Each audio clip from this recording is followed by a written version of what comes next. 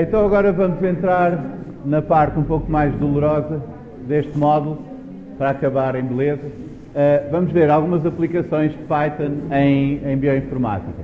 Portanto, especificamente eu vou dar um exemplo de uma aplicação, mas antes de chegar lá vou fazer uma breve revisão do Python, que não sei ainda quanto é que vocês ainda retêm do trauma de há 2 anos, mas vou começar por fazer uma breve revisão dos elementos principais da linguagem e depois vamos revisitar um exemplo de processamento de sequências, só para rever esta parte, e no fim vamos ver uma aplicação mais específica, um problema de bioinformática e relacionar a parte de sequência com a parte estrutural, em que vamos examinar a conservação de sequências num elemento estrutural de uma proteína. Então vamos começar só por uma revisão do básico. Nós vimos a semana passada um pouquinho de Python quando estávamos a olhar para a automação do Chimera, a parte das variáveis. Agora só para recordar as sequências, portanto estes arrays, nós podemos ter sequências de caracteres, strings, podemos representá-los ali com plicas ou aspas. Neste caso temos aqui uma sequência para representar uma sequência de ADN. Isto aqui é uma coisa que vocês podem fazer em Python. Se vocês tiverem uma instrução que devia estar toda numa só linha, vocês podem terminar a linha com esta barra, ao contrário, backslash, e continuar a linha a seguir. Portanto, isto foi só apenas para não sair aqui do slide a sequência e poder representá-la no slide. Mas vamos supor que temos aqui uma enzima de restrição que identifica esta zona, TGT-ACA, e corta nessa região. Nós podemos, numa primeira abordagem, simular essa restrição usando este método das sequências, que é o split, que procura aquela subsequência e parte a string, portanto, um método da string, o split, procura a substring e parte a string onde encontra aquela substring, apagando essa substring e dando o resto que sobra. Portanto, nós, fazendo isto, vamos obter aqui uma lista de strings. As listas em Python são indicadas por estes parênteses retos e os elementos da lista são separados por vírgulas. Portanto, a lista é uma sequência ordenada de objetos. Os objetos podem ser o que vocês quiserem, podem ser números, strings, outras listas, o que for, e as listas podem ser manipuladas. Podemos alterar o conteúdo da lista, acrescentar elementos, tirar elementos, etc. Esta solução não é muito boa, porque quando nós fazemos isso perdemos a zona de reconhecimento, vai ser apagada pelo split, mas podemos fazer uma pequena modificação disto, em que vamos usar aqui uma substring que tem com o sinal, aquele sinal menos, marcado exatamente qual é o ponto de corte da enzima.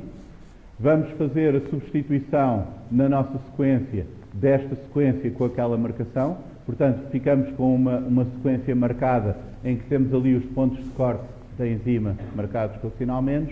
E agora, se fizermos o split no sinal menos, estes traços vão ser apagados e nós já ficamos com os fragmentos corretos, que seria da digestão da sequência com a enzima.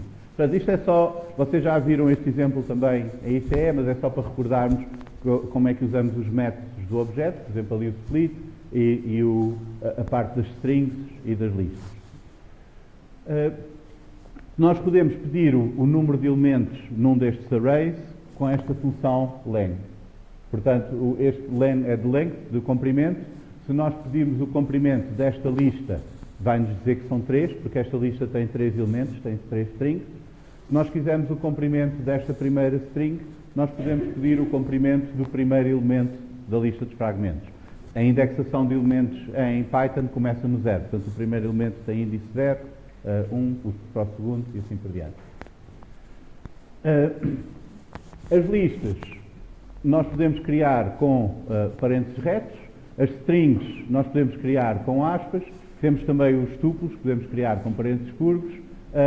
A grande diferença entre estas sequências é que tuplos e strings não podem ser alterados. Uma vez que nós os criamos, não podemos manipular os seus conteúdos, acrescentar coisas, apagar, etc.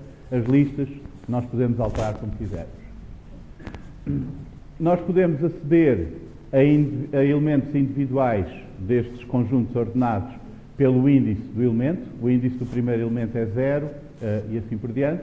com 1, etc. Ou então podemos tirar fatias, um subconjunto de elementos, indicando o primeiro ponto de corte, o último ponto de corte e o passo, separados por 2 pontos. Portanto, vamos só recordar isto. Na indexação de elementos individuais, o primeiro tem índice 0 e vai crescendo até ao fim, ou então nós podemos indexar ao contrário, contando do fim, usando índices negativos. Portanto, o elemento de índice menos 1 é o último e depois vamos decrescendo até ao princípio. Portanto, podemos indexar a contar do início e ao contar do fim, quando estamos à procura de elementos individuais. Aqui tem exemplos de uma string, uma lista e um tuplo. Em todos estes casos, nós podemos ir buscar elementos individuais. Os elementos da string são as letras, os caracteres. Os elementos do tuplo e da lista são o que quer que seja que nós pomos lá. Podem ser números, podem ser outros objetos, enfim. A diferença principal entre o tuplo e a lista é que o tuplo é um objeto imutável. Uma vez que nós o criamos, não podemos alterar o que está lá dentro. Enquanto que a lista, nós podemos acrescentar, apagar elementos e alterar o que está lá. Outra coisa que podemos fazer é escolher subconjuntos de elementos com este slicing. Quando nós estamos a fatiar um conjunto, os pontos de corte estão entre os elementos. Portanto, o ponto de corte 0 está antes do primeiro elemento, o ponto de corte 1 está entre o primeiro e o segundo elemento, e assim por diante. E também podemos indexar os pontos de corte a contar do fim. Portanto, o menos 1 está antes do último elemento, o menos 2 antes do penúltimo, etc. Desta maneira, especificando o primeiro ponto de corte, o último ponto de corte e o passo, nós podemos selecionar subconjuntos. Se nós omitirmos alguns destes parâmetros, o primeiro ponto de corte, se for omitido, assume-se que é do início, o segundo ponto de corte, se for omitido, assume-se que é até ao fim, e o passo, se for omitido, assume-se que é 1, que queremos todos os elementos. De resto, temos aqui várias combinações, por exemplo, do ponto de corte 1 para o ponto de corte 3, o ponto de corte 1 está aqui entre o primeiro e o segundo elemento, o ponto de corte 3 está aqui entre o terceiro e o quarto elemento. Portanto, vamos ficar com o 1 e o 2, que é o que está entre esses pontos de corte. Como omitimos o passo, ele vai nos dar todos os elementos entre esses pontos de corte. Neste caso, nós estamos a começar do ponto de corte 2 até ao fim com o passo de 1, omitimos os outros argumentos. Aqui estamos a ir desde o princípio até ao fim com o passo de 3. Portanto, temos este, saltamos 2, temos ali aquele, depois saltamos 2 e temos o outro, o 6 a seguir. Portanto, desta maneira nós podemos especificar subconjuntos que queremos extrair de qualquer conjunto ordenado. Podemos também desempacotar conjuntos ordenados em variáveis, desde que tenhamos aqui à esquerda o mesmo número de variáveis que temos no conjunto. Portanto, isto por vezes é prático se nós recebemos, por exemplo, se temos uma função que devolve vários valores, a função devolve esses valores num tuplo, mas nós podemos desempacotá-lo logo para várias variáveis, se quisermos usá-lo assim. É preciso é que o número de variáveis que esteja aqui corresponda ao número de elementos do conjunto que temos à direita. Outra coisa importante também, agora para estes exemplos, é como usar ficheiros em Python. A forma mais prática aqui é usar esta função open, que nos vai devolver um objeto que tem o acesso ao ficheiro, e o ficheiro é indicado pelo nome se estiver na mesma pasta em que estamos a trabalhar, ou então se queremos especificar um ficheiro noutra pasta, podemos dar o caminho completo para esse ficheiro. Podemos usar depois esse objeto, normalmente vamos usar esse objeto que queremos escrever no ficheiro. Se nós tivermos um ficheiro suficientemente pequeno para pôr todo em memória, pode ser mais prático fazer simplesmente o readline, no caso um ficheiro de texto. Nós lemos o texto todo para uma lista de strings e depois não precisamos nos preocupar mais com o ficheiro, fica tudo em memória. Notem já agora que um ficheiro de texto vai ter esta representação num editor de texto, porque o editor de texto reconhece os caracteres de quebra de linha e põe aqueles pedaços do texto em diferentes linhas. Mas, na verdade, isto é uma sequência de bytes no disco e o que temos são estes caracteres especiais de mudança de linha que indicam quando é representado aquele texto para mudar de linha. Portanto, o readlines o que faz é partir o ficheiro nas linhas de acordo com esse caractere de mudança de linha, mas vai deixar esse caractere especial nas strings que nós temos. Portanto, se quisermos tirá-lo por alguma razão, podemos usar o strip assim para eliminar esses caracteres. Ok, então vamos ver um exemplo. Nós temos um ficheiro com uma lista de sequências, em que temos o identificador de cada sequência. Esse identificador é único, aqui no início, 2 pontos e depois a sequência da ADR. E nós queremos saber, para cada um destes identificadores, quantos fragmentos é que vão resultar da digestão com uma enzima, por exemplo, que corta entre AG e CT. Portanto, corta neste ponto, nesta zona de reconhecimento. Então queremos produzir este resultado, por exemplo, um ficheiro com os identificadores e o número de fragmentos. Então, o que podemos fazer é usar o mesmo truque que fizemos há bocado, substituir na sequência a zona de reconhecimento por aquela substring com o ponto de corte e depois fazer o split. Então podemos ler todas as sequências do nosso ficheiro.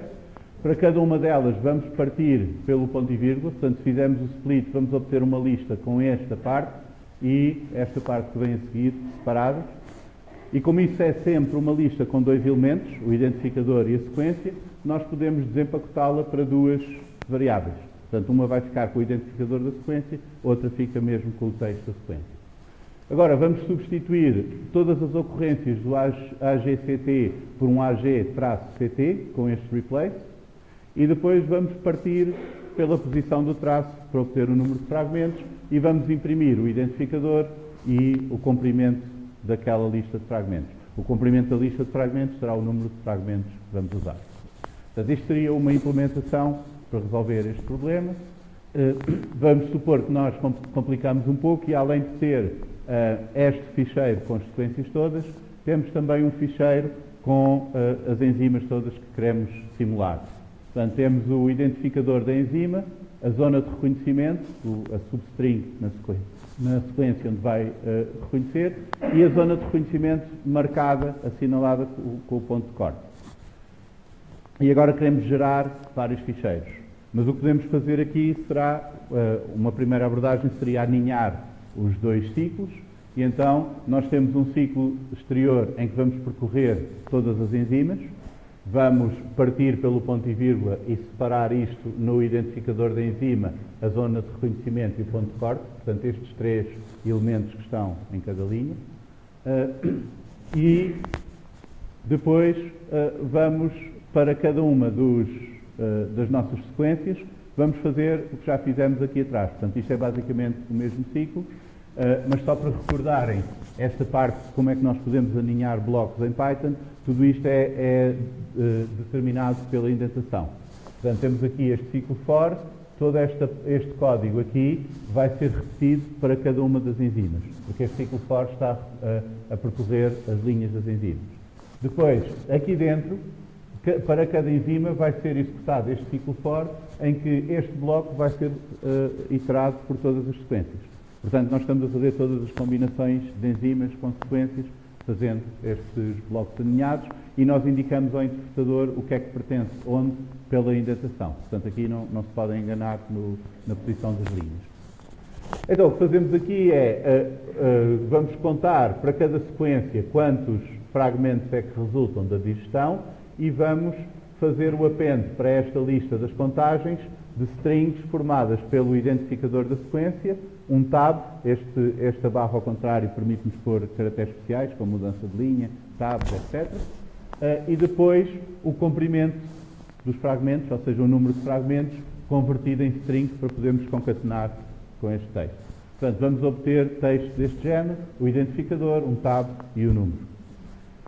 Pomos um caractere de mudança de linha ali, que é para quando nós abrirmos o ficheiro de texto, isto não ficar tudo seguido, ficar cada um na sua linha. E, no fim, podemos escrever esta lista com as contagens todas para o ficheiro. Portanto, para cada enzima, criamos um ficheiro com o nome do código da enzima e escrevemos para lá todas as contagens que fizermos. Notem que para escrever num ficheiro, vamos abrir o ficheiro com o open à mesma, damos o nome do ficheiro, mas vamos acrescentar aquele argumento com o W que indica que é para escrita que nós queremos abrir o ficheiro. Por omissão, se vocês não tiverem esse argumento ou se puserem um R, o Python vai abrir o ficheiro para leitura. Se quiserem escrever, abrem com o W e ele esvazia o que estiver no ficheiro e escreve para lá. Pronto, isto são coisas que vocês, em princípio, já sabem, que tentaram esquecer, mas agora vou fazer-vos recordar disto. Vamos usar também aqui uma coisa, os dicionários, uma estrutura de dados, que é útil para este tipo de problemas. que são, os dicionários não são conjuntos ordenados, a ordem pelas quais os elementos estão guardados nós não determinamos, fica otimizada pela implementação, mas permitem associar chaves únicas a valores. Portanto, nós podemos ir recuperar os valores pela chave em vez de ser pela posição no conjunto. A sintaxe é usar as chavetas e ter a chave, dois pontos, valor para cada par. Por exemplo, se queremos pôr aqui as capitais dos países como chave e os países correspondentes como valor, podemos ter este dicionário, Paris, 2 pontos França, Lisboa, 2 pontos Portugal, etc. E vamos guardando um conjunto destes pares, chave-valor. Com o dicionário, nós podemos indexar os valores, podemos aceder aos valores pela chave. Não precisamos saber em que posição é que está, mas se quisermos saber de que país é que Paris é capital, nós obtemos chamando ali, indexando o dicionário com o nome da chave. As chaves podem ser qualquer objeto que seja imutável. Podem ser tuplos, números ou strings, por exemplo. Não podem ser listas porque, da maneira como o dicionário está organizado, se a chave mudar, é uma chatice depois para encontrar o valor correspondente. Os valores, esses podem ser o que quiserem, porque tanto faz. O dicionário está organizado pelas chaves, portanto as chaves é que têm de ser imutáveis. Então, nós também podemos acrescentar ou alterar valores no dicionário pela chave. Se nós não tivermos, por exemplo, aqui não tínhamos Madrid, nós podemos acrescentar a entrada ao dicionário simplesmente atribuindo àquela entrada o país. E agora temos o dicionário como entrada extra. Se quisermos alterar um valor, basta atribuir à entrada do dicionário indexada pela chave. Vamos agora recordar também um elemento importante, que é as funções. Se nós implementarmos código desta maneira, ou seja, tudo em bloco no mesmo script, nós temos problemas que é, não conseguimos usar partes deste código, temos que ter cuidado com os nomes das variáveis, porque nós não podemos usar aqui uma variável que esteja a ser usada noutro sítio, porque depois vamos estragar o valor que tem lá. Não conseguimos testar partes do código, porque aquilo ocorre tudo junto, ou então não conseguimos pôr a correr. Portanto, se vocês fizerem o vosso código simplesmente num bloco, num script monolítico, vão ter muitos problemas, e estes problemas, conforme o código vai ficando mais complexo, vão crescendo, talvez quadraticamente, por causa da probabilidade de haver colisões entre as variáveis e assim. Então, o que convém é termos uma forma de decompor o nosso código em elementos independentes. E isso fazemos com funções. As funções têm um nome, portanto, criamos um objeto com aquele nome, quando damos esta instrução def. Controlamos o que é que entra para as funções, portanto, estes parâmetros aqui são variáveis locais nas funções que vão receber valores, e estes nomes vão ser locais à função. Portanto, mesmo que haja outro A, B, C no outro lado qualquer, não vai interferir com estes, porque estes só pertencem a esta função. Dentro da função, todos os nomes que nós criamos aqui, por exemplo, delta, solution, etc., são também internos à função e não colidem com outras variáveis, mesmo que tenham outros nomes que existam fora da função. Isto é importante porque assim nós garantimos que o que se passa dentro da função fica dentro da função e não incomoda nada fora do programa. O que entra na função é controlado ali pelos parâmetros, o que sai da função é controlado pelo return. Portanto, aí nós temos controle sobre o que é que a função devolve. Neste caso vai devolver esta lista com as soluções da equação quadrática, e o que é que ela recebe? Recebe ali o A, B, C, que são os coeficientes do polinómio de segundo grau, vai resolver. Então vamos pensar no nosso problema das enzimas de restrição, mas compondo em função, para recordar isto. Nós precisamos de ler as sequências, então vamos ler para um dicionário. É mais prático porque, como cada sequência tem um identificador único, e não nos importa a ordem em questão, importa-nos é qual é a sequência para cada um daqueles trechos, vamos ler um dicionário com o identificador e a sequência correspondente. Vamos ler também as enzimas, com um dicionário em que temos o identificador da enzima e um tuplo com a zona de reconhecimento e a zona de reconhecimento com o ponto de corte indicado. Depois vamos ter uma função que corta as sequências e devolve os fragmentos, uma função que pode fazer isso para todas as sequências no dicionário e depois as funções para gerar os relatórios. E assim ficamos com o código partido em módulos mais pequenos. Aqui tem o exemplo de ler o ficheiro de sequências para dicionários. Vamos começar com um dicionário vazio. Para cada linha do ficheiro, vamos agora partir por aqueles 2 pontos. Portanto, isto será isto que nós fizemos aqui anteriormente. Agora andei para trás. Portanto, temos este ficheiro que tem o identificador, os 2 pontos e a sequência. Então, nós vamos partir por aí e guardar no dicionário uma entrada que tem como chave o identificador da sequência e como valor associado o texto mesmo daquela sequência da ADS.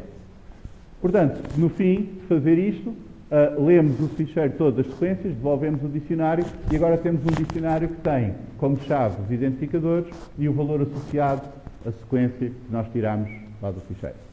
Podemos fazer o mesmo para as enzimas. Neste caso, notem que a estrutura do código é muito semelhante, exceto que nas enzimas nós temos associado ao identificador 2 valores, o ponto de reconhecimento, a zona de reconhecimento e aquela indicação do ponto de corte.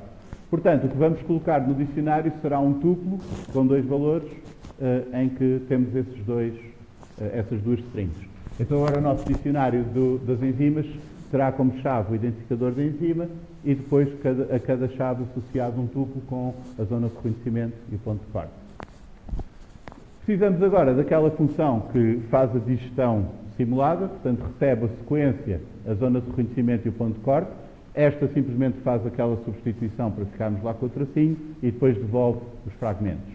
E tendo esta função, agora podemos facilmente implementar uma que faz isto para todas as sequências. Portanto, recebemos ali o dicionário das sequências, a zona de reconhecimento e o ponto de corte, e vamos criar um novo dicionário com os fragmentos para cada uma das sequências. Então o que fazemos é criar neste novo dicionário uma entrada com o identificador. Notem que nós podemos percorrer os dicionários pela chave. Portanto, quando fazemos um for com o dicionário, vamos tendo esta variável aqui do ciclo for, vai ficar a apontar para cada uma das chaves do dicionário. A ordem não a podemos determinar, mas normalmente com dicionários tanto faz a ordem, desde que se percorra todos, nós temos a chave, portanto podemos aceder aos valores. Então vamos criando um novo dicionário com as entradas têm a mesma chave, é também o identificador da sequência, mas o valor associado são as listas strings obtidas da digestão simulada dessa sequência. Portanto, temos este dicionário que para o ID 0 vamos ter esta lista, para o ID 1 vamos ter esta lista e assim por diante. Agora, queremos um relatório com o número de fragmentos nestas sequências, com base naquela zona na zona de reconhecimento e o ponto de corte. Então, o que podemos fazer é obter o dicionário com todos os fragmentos de todas estas sequências, portanto, este dicionário aqui atrás, e agora basta escrevê-lo para o disco. Portanto, vamos abrir o ficheiro para escrita e para cada sequência neste dicionário dos fragmentos vamos escrever o identificador da sequência, um tab e depois o comprimento dos seus fragmentos, ou seja, o número de fragmentos que tem, o comprimento daquela lista de fragmentos. E assim obtemos no ficheiro o resultado. Notem que a ideia aqui é que nós estamos a decompor o problema em funções pequenas, que nós podemos ir testando conforme vamos implementando, e que uma vez que estão a funcionar, nós podemos reutilizar sem nos preocuparmos agora com o que é que estão a fazer. Portanto, permite-nos resolver um problema complexo, olhando para cada uma das peças mais simples de cada vez.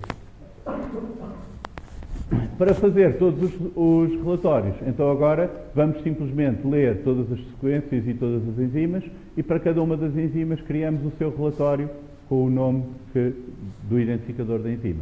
Portanto, tendo o resto já a funcionar, é trivial agora utilizarmos o resto do programa para fazer estas partes. Portanto, cada tarefa a implementar fica bastante mais simples, podemos testar cada uma separadamente e, além disso, podemos reutilizar depois estas peças para novas funcionalidades. Por exemplo, vamos supor que nós queremos fazer um relatório de todas as combinações de enzimas e sequências que nos dão um certo número de fragmentos pré-determinados. Então podemos utilizar as funções anteriores, ler as enzimas todas, ler as sequências todas, abrir o ficheiro de relatório e agora cortar todas as sequências por cada uma das enzimas e verificar se esses fragmentos têm um certo comprimento. Portanto, se o número de fragmentos é igual a n, ou seja, se foi digerida naquele número de fragmentos. E se foi, então escrevemos no relatório a combinação da enzima e da sequência. Portanto, se nós sabemos que aquela digestão resultou num certo número de fragmentos, podemos ver todas as combinações que correspondem a isso. E isto será um exemplo de reutilizar o código anterior para uma função diferente. É uma coisa que não poderíamos fazer se tivéssemos feito o script todo monolítico, mas tendo partido em funções, torna-se mais fácil. Portanto, este será o resultado aqui. Agora, este seria só para rever. Portanto, vimos as ideias de manipular as variáveis no Python, criar as funções, usar os ficheiros, ir buscar subconjuntos das listas, etc. Agora vamos ver mesmo uma aplicação mais prática do que só aquela digestão virtual das sequências. Vamos visualizar a conservação de uma parte de uma estrutura. Será aqui a mioglobina de cachalote. Esta é a estrutura, um MBN, e tem aqui um emo que está ligado entre estas duas hélices alfa. Portanto, temos aqui duas hélices alfa que fazem como se fosse uma pinça que prende o emo. Este emo está ligado aqui a uma histidina, tem outra histidina do outro lado, e nós queremos queremos visualizar a conservação daquele elemento da estrutura. Não é da estrutura toda, mas aquela parte que está a prender o emo, o que é mais conservado, o que é que parece ser mais importante para aquela estrutura. Então, o que vamos fazer será, para examinar isto, vamos primeiro buscar uma família de sequências homólogas desta mioglobina, porque nós queremos ver o que é conservado em cada uma daquelas zonas, o que é que varia mais. Então, vamos primeiro buscar no Protein Data Bank. Vocês já viram ali que podem descarregar vários ficheiros, um deles é a sequência no formato FASTA da proteína. Portanto, nós podemos ir buscar a sequência da proteína ao Protein Data Bank, virar num ficheiro assim. Este formato FASTA tem uma linha com um sinal de maior com o identificador ou o nome daquela sequência, e depois tem um número de linhas com a sequência. Pode estar partida em várias linhas, mas aí com a sequência da proteína. E agora, para ir buscar uma família de proteínas semelhantes, podemos ir aqui, por exemplo, a um servidor de BLAST. Este BLAST-P é para procurar proteínas por sequência de proteínas. Há muitos serviços destes que permitem fazer combinações diferentes, DNA para proteínas para DNA, etc. Mas nós podemos pôr aqui a nossa sequência, simplesmente copiar o ficheiro do formato FASTA, e vamos pedir sequências não redundantes. A razão para isto é que vocês podem ter nas bases de dados de sequências muitas entradas diferentes exatamente com a mesma sequência, porque a proteína pode ter a mesma sequência em organismos diferentes, pode ter sido, por exemplo, no Protein Data Bank nós podemos ter a mesma proteína em conformações diferentes, etc. Portanto, as entradas podem estar repetidas. Se nós usarmos os não redundantes, todas as sequências que vamos obter são diferentes e todas aquelas que são iguais são agrupadas na mesma entrada. Portanto, não vamos ter repetições nas sequências. Então, com isso, conseguimos cerca de 1400 sequências homólogas à nossa proteína, isto com os parâmetros por default, nós também podemos ajustá-los se quisermos, mas vamos partir desta. Agora, para ver o que é conservado ou o que é que varia ao longo destas sequências, nós vamos ter de as alinhar todas. Vamos precisar de um alinhamento de múltiplas sequências, penso que vocês já falaram nisto, mas não? Ok. Portanto, a ideia de um alinhamento de múltiplas sequências é que nós estamos a fazer basicamente o mesmo que fazemos com duas sequências, portanto vamos pondo estes tracinhos para fazer a correspondência entre os resíduos, mas vamos fazer com muitas sequências ao mesmo tempo. E com isto nós podemos ver em cada coluna deste mapa, deste texto, quais são os resíduos que correspondem, que são o mesmo, em princípio, nas várias sequências, que são homólogos nas várias sequências. E com isto nós depois podemos olhar para cada uma destas colunas e ver qual é que é a distribuição de resíduos em cada uma dessas localizações. Para visualizar isso, para obter o alinhamento de múltiplas sequências, podemos ir a este servidor, o Clastal, vamos pôr o ficheiro FASTA com a família toda de sequências que temos, aquelas 1400, e ele vai calcular o alinhamento de múltiplas sequências e nós podemos descarregar o ficheiro. E este será o formato aproximadamente do ficheiro que nós recebemos. Tem o identificador de cada sequência e depois tem um pedaço da sequência alinhada. Notem que isto não é só a sequência, tem estes traços porque já está a fazer o alinhamento de todas as sequências daquele grupo. Aqui temos só um pequeno problema, que é, vamos ter de encontrar a nossa mioglobina aqui no meio destes identificadores todos. A razão pela qual isto não é trivial é que, como nós pedimos um conjunto de sequências não redundante, o servidor do FASTA agrupou todas as entradas com a mesma sequência numa só entrada sequência aqui. Então, nós temos coisas como isto. Esta sequência, que é a nossa, tem aqui muitos identificadores na primeira linha, nesta que tem o maior. Então, nós temos de fazer um search para encontrar o nosso MBN, a nossa proteína, que está aqui no meio de um grupo grande de entradas que têm todas a mesma sequência. São outras estruturas da mesma proteína, etc. E como o Plastol só tem aqui 20 caracteres para o identificador, só vai buscar o pedacinho aqui do início. Então, na verdade, apesar da nossa proteína ser um MBN, vai estar aqui nesta 1BZ6, porque é que veio primeiro no grupo daquelas que tinham todas a mesma sequência. Mas pronto, agora, depois de sabermos isso, já sabemos que é esta a entrada no alinhamento de múltiplas sequências que tem a nossa proteína a que nos interessa. Portanto, esta parte nós vamos saltar, vocês vão fazer isto para a semana nas práticas, mas esta parte de ir ao servidor e assim, enfim, demora um bocado de tempo e às vezes dá problemas se toda a gente na aula vai fazer isso. Portanto, vamos saltar esta parte e vamos começar pelo alinhamento, portanto, a parte do Python, que é processar o alinhamento de múltiplas sequências, sabendo que a nossa proteína, um MBN, está naquela entrada com um BZ6. Portanto, PDB barra 1BZ6 barra A, esse é o identificador que está ali no alinhamento. Agora, o que nós queremos fazer é ir buscar a isto a parte correspondente àquela pinça de hélices alfa para depois visualizarmos a conservação. E para fazer essa visualização, portanto, o objetivo será obter essa sequência, que é para depois usar este servidor do WebLogo para visualizar a distribuição, a conservação de aminoácidos. Eu já vou falar um bocadinho do que é que este faz. Mas para isso precisamos de isolar no alinhamento de múltiplas sequências aquelas colunas que correspondem aos resíduos que nós queremos, aos resíduos daquelas duas hélices alfa, portanto, ao que nos interessa da nossa estrutura. Por isso, vamos precisar de ler o alinhamento de múltiplas sequências para um dicionário em que temos o identificador das sequências e o texto, aquela string toda no alinhamento, incluindo todos os tracinhos, todos os gaps e todos os resíduos. Depois de ter isto, vamos ter de procurar, nesse alinhamento de múltiplas sequências, quais são as colunas que correspondem à nossa proteína. Porque nós só queremos aquelas colunas para as quais há correspondência com os resíduos da nossa proteína. Há de haver outras partes no alinhamento que alinham com outras proteínas, com outras sequências assim, mas essas não nos interessam. Depois vamos cortar isso para ficar só com os resíduos do 60 ao 95, que são aqueles que correspondem àquelas hélices alfa, e depois vamos guardar só essas colunas do alinhamento para representar no WebLogo.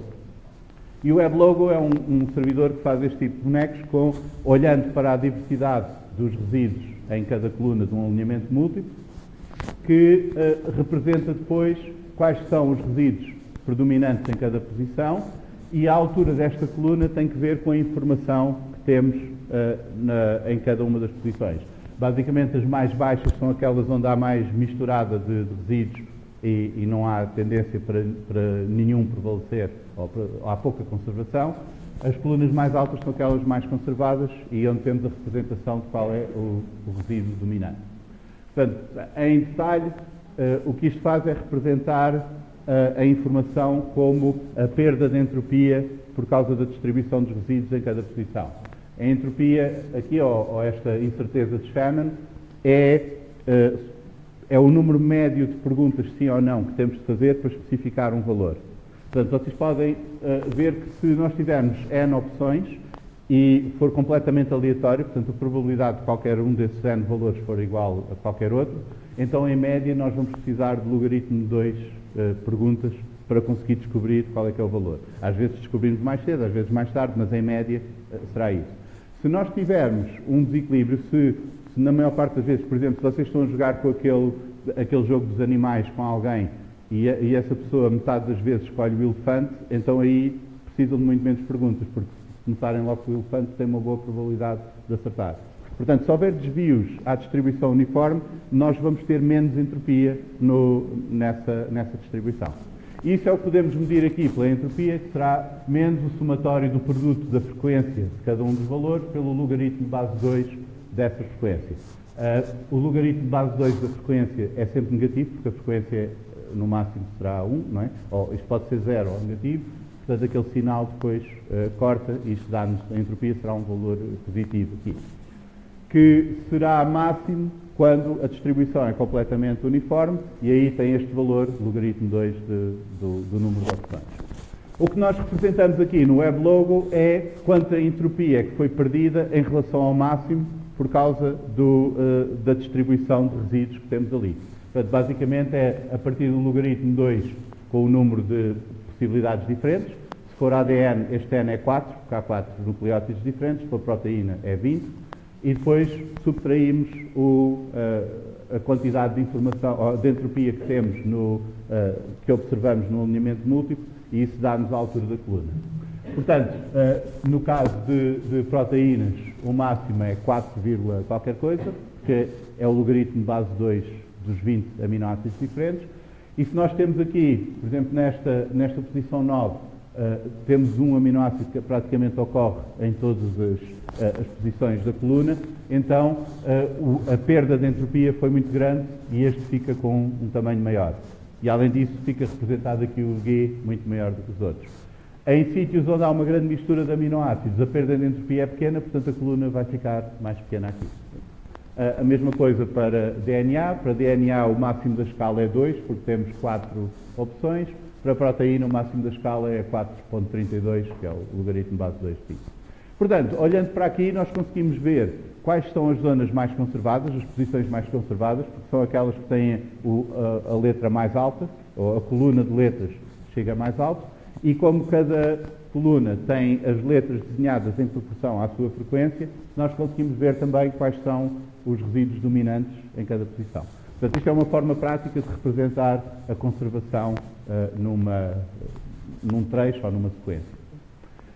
Então vamos começar por ler o ficheiro Classol. O formato deste ficheiro com alinhamento de múltiplas sequências começa com esta linha da versão do programa utilizado, depois tem umas linhas em branco e depois começa mesmo o texto do alinhamento, que está dividido em vários blocos, porque isto pode ter muitas centenas de resíduos de comprimento, não é, de posições, a string, mas para não ter as linhas muito compridas, tem primeiro a primeira parte, depois repete as sequências todas para a segunda parte, a terceira, etc.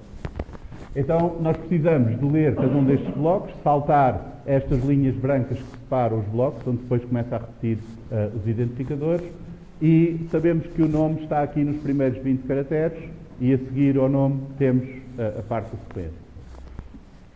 Então, podemos ler com esta função, vamos ler todas as linhas do alinhamento, do ficheiro do alinhamento, vamos começar com um dicionário vazio, e agora, para cada linha do ficheiro, mas saltando as primeiras, que é aquele cabeçalho que não nos interessa, vamos verificar se a linha tem pelo menos 20 de comprimento, porque quando nós estamos aqui nestes espaços vazios não tem sequer o nome, portanto, pelo menos tem de ter lá o nome e qualquer coisa para nós podermos ler.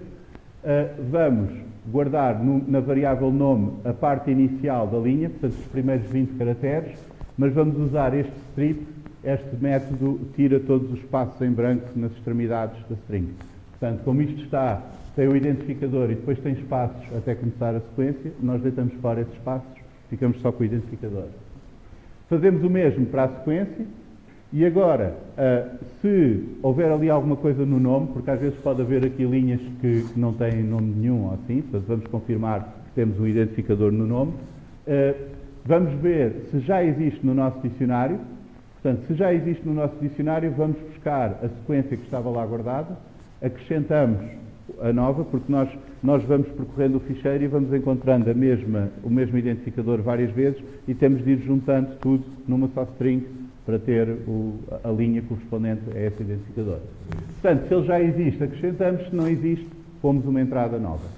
E agora vamos obter o dicionário e podemos ir verificar se temos lá a nossa sequência. Lembram-se que estava naquele PDB 1BZ6 e nós vemos se temos lá a string correspondente ao alinhamento múltiplo com a sequência da nossa proteína. Agora, precisamos de saber quais são as colunas que correspondem a resíduos de uma certa sequência.